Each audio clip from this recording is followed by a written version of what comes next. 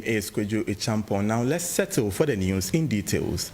President of the Republic in the person of Nana Addo Akufo Addo says Russian invasion of Ukraine is increasing the level of poverty in Africa. So the president says statistics available indicate that over 430 million people in Africa have been rendered poor as a result of the confusion.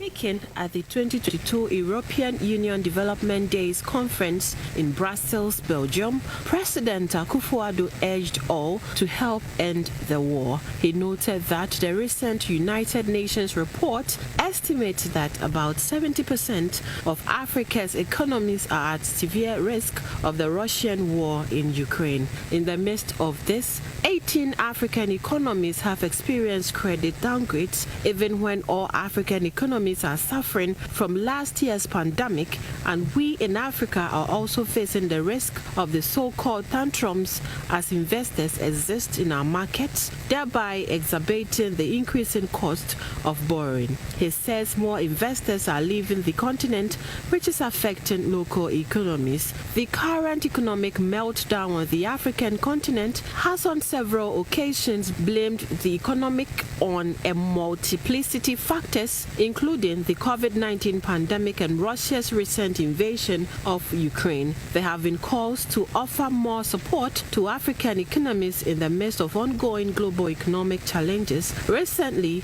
the African Development Bank adopted a 10-year strategic plan to help revive African economies from the adverse impact of the COVID-19 pandemic and the Russian-Ukraine war. The strategic plan, which was adopted at the just-ended 57th annual meetings in Accra, aims to drive investment into critical areas of the African economy and make the continent prosperous.